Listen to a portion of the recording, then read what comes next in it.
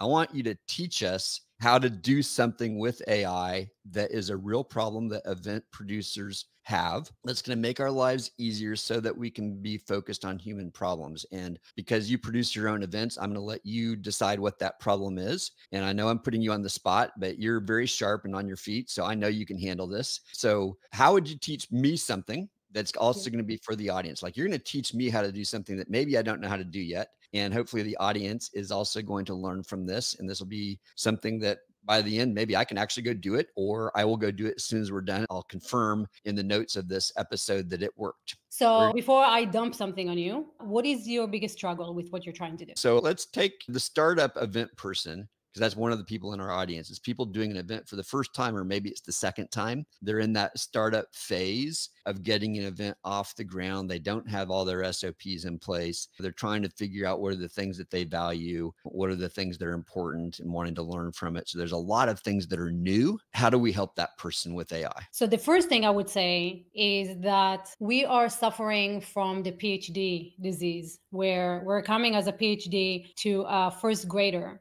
And we say, here's an amazing book. Let's read it. You start reading the first page. And I don't know how to read. I don't know. What do you mean you don't have to read? A, B, C, D. I'm a first grader. I don't know anything. And the main issue that I had with my event is that I think I'm not giving enough value, because everything that I'm working on is so basic, where it's like, dude, this is way too much. And so I cramp. I was like, dude, first hour, we're going to get this done. And then the second hour, we're going to go that one. Then we're going to do a quick lunch. And then we're going to go. And people don't retain information that way. So we have to have one task for the day, the main task, and then break it out to like smaller tasks. So by the end of the day, we just did this one little thing, but they feel like they ran a marathon. So that would be the first one. So the first thing that I would do is go to AI and say, my goal is to deliver X. Break it down to however many hours you have. Now break it down even more. Now break it down even more. Now break it down even more. And then help me actually structure it so that there's 15-minute breaks and there's an activity and all that stuff. You as the expert can look at it and be like, that's a good flow, not a good flow. And then you can take everything they gave you and be like, okay, now turn that into a to-do list. What are all the things that I need to do right now to make this happen? I'll give it to you. What else did you forget to tell me?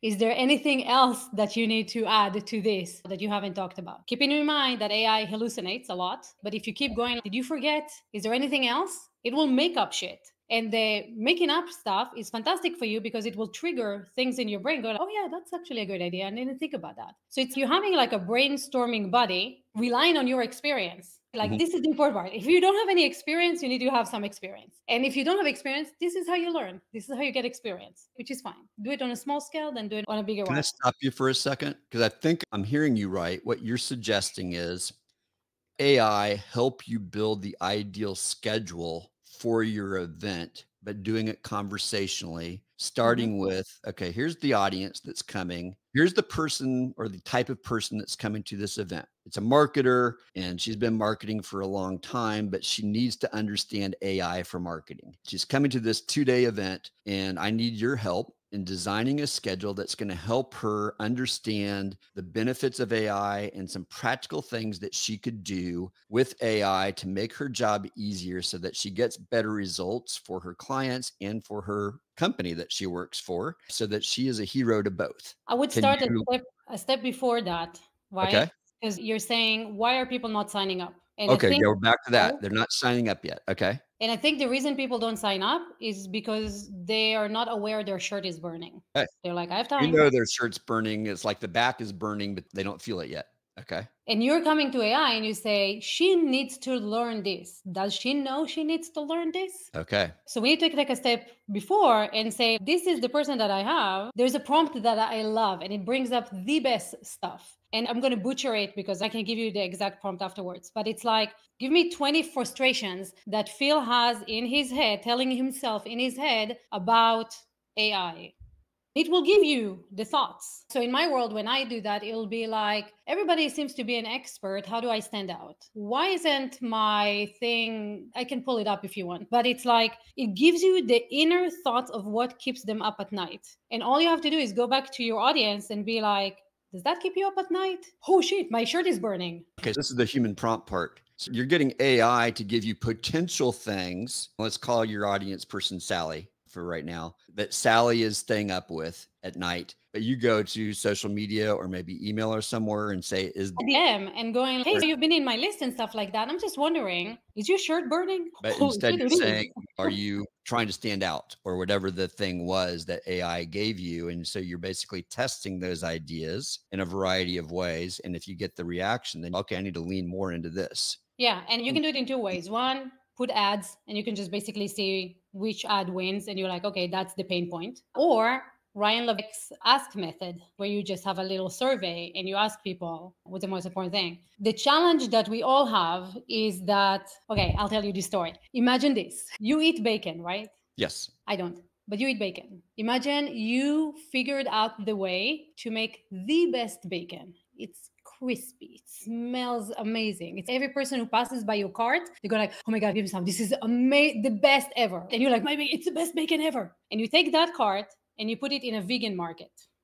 Oh, yeah, it's not going to work. So most of us are selling bacon to vegans because we're going like, my bacon is so awesome. It will transform your life. Not understanding that the person we're talking to, we didn't even ask them, do you eat bacon? We didn't even have that conversation of, is that actually something that you want in your world? We're just coming, dude, I found the best thing ever. It's just like every person who tastes it, love it. It's the best thing. You got to try it. The reason I came up with this story is because I'm Jewish. I don't eat bacon. And my dad's son does. And when my son was like 4 or 5, I picked him up from his dad. He was in the car seat, little toddler. And he starts crying. And I was like, why are you crying? And he's like, I'm mad at God. And I'm like, what? And he's like, bacon is so good and it doesn't let you eat any. And it's that, right? When you have something so good, you want to share it with the whole world and think the whole world can use it. And you're trying to sell bacon to vegans and you're going like, but why are they not buying? So AI can help you figure out who's my market, what's the pain point, what are they thinking at night? And then you have to go and validate that. You have to go and be like, hey, Phil, are you a bacon eater? Yeah. Okay. I got something awesome. No. Okay. No problem. Hey, nice to meet you. Want some coffee? But the conversation has to change based on your needs and what you're doing and not based on my event. And I think my thing is going to change the world. And how come you're not showing up? Yeah, that's really interesting. I'm just thinking about this event that I'm helping with, and AI is one of the topics. And I'm going to guess, knowing their target audience, and I won't reveal the details, that their target audience isn't even thinking about AI. They're using it because some of the software they're using has AI embedded in it, but they're not thinking about AI. And so they don't even realize they need it yet.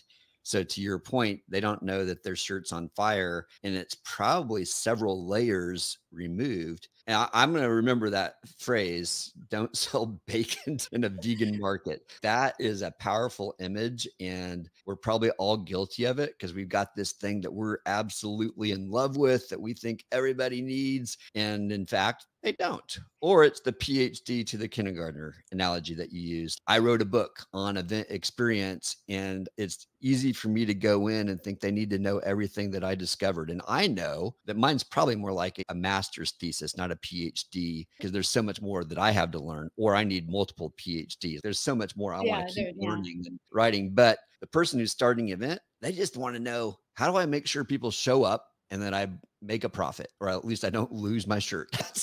Right. I want to make sure people come back, they have a good time. They don't need to know the whole science behind all this stuff. Give me the basics and we can build on it later. So that's powerful. I love it. So back to your story or your prompt that you did. Tell me 20 questions that Phil's struggling with or that keeping him awake. I can pull it up if you want. No, I don't need the answers. Oh yeah, if you want to give us the exact prompt, yeah, go for it. Why don't you look it up? I will ask a question while you're looking for it. So what I think you're doing before that step, before that prompt, is you're making sure AI understands who is Phil in your example. Like this, and this is what he does for a living. This, you're trying to give as many psychographics as you can so that AI has a pretty good picture of who that avatar is. Is that fair? Kinda. So yeah, so when AI first came out, was it like a year ago or something, right? A year, 2 years almost ago? 2 years. 2 years ago? December of 20, when ChatGPT came out. AI has been around a lot longer than that. Yeah, when ChatGPT came out, the hardest thing was, and I think this is the hardest thing for anyone, and that's why we're not doing it. The hardest thing is know your audience. If you remember back then, we would sit with the paper on the wall and try to figure out what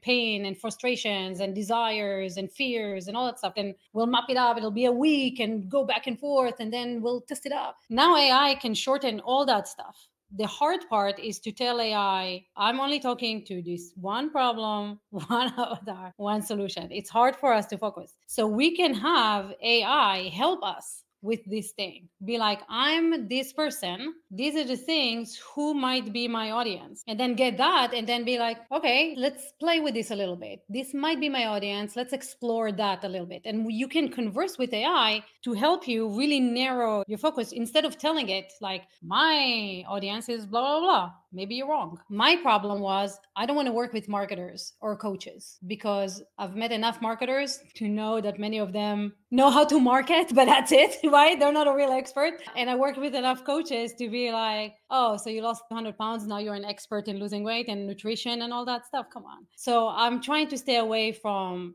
the, what do you call it, overnight expert. So it was very hard for me to be like, okay, who do I want to work with? And I used AI to help me figure out like who my avatar might be, what are they up to, what are they interested in. And some of it goes to Seth Godin thing. People like us do things like this. That's how you create a movement, right? People like us do things like this. Because when you talk about the things that you love, you're going to attract all the Bible lovers, right? Because you're a Bible, and you're going to reject all the people who are not. And look at that, you're talking to your audience because your audience want to talk about the Bible. But if you're going like, I want to talk to someone who's like that, you might not speak their language. So AI can help you figure out who your avatar is, what the problem, frustrations, and we have a whole tree that we go through. If you guys want to do that, we're doing it at the end of the month in 8 days. We actually go through this entire experience. But we have a tree that kind of like breaks down, okay, this is the first thing, this is how they're doing it, this is what they're struggling with, this is the persona. And then when we have the persona, the prompt is give me 20 commonly used phrases that people use when describing their frustration with, let's say, AI, that your avatar echoes in her own head. And I can tell you when I did that, it came up with, you might resonate with this. I'm spinning my wheels, but not getting any traction. Everyone seems to be an expert these days. How do I stand out? I'm doing all the right things, but my conversion rates are still flat.